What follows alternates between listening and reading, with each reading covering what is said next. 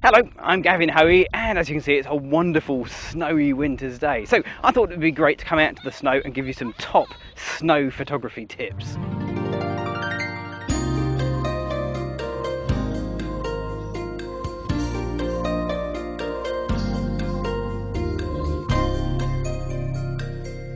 Okay, now everybody loves snow. Whenever there's some snow around, I bet you dash out with your camera and start taking pictures. More pictures than you would when it's sunny. Even somewhere boring like this golf course can actually look really, really exciting with the snow on it. But if you want to come back with some really good pictures, there's a few tips that will really help. Now, all this white around is going to throw your camera's exposure well off. It thinks it's going to be a lovely green grass golf course, but it's not, it's white. So to get your exposures absolutely bang on, you're going to need to play with exposure compensation.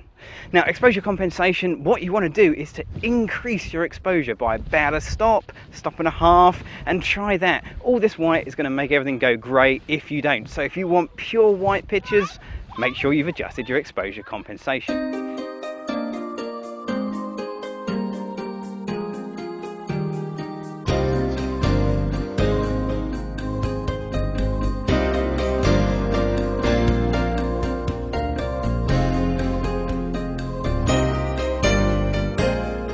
Next tip I'm going to give you is all about white balance. Now, if you're shooting in RAW, white balance really doesn't matter at all.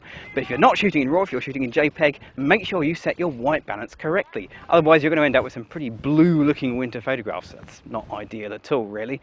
So either set your white balance to, for example, well, it's pretty cloudy at the moment, so cloudy, or take a custom white balance reading and use that.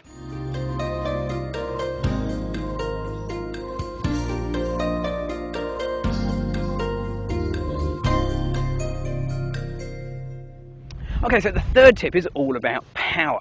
Now, your digital camera uses a lot of batteries all the time, but in these cold conditions, that battery life is going to be decreased enormously. So make sure that you have a spare set of batteries. Even better, keep your spare set of batteries in an inside pocket, so they're nice and warm. That means they're going to last much longer when it comes to taking pictures.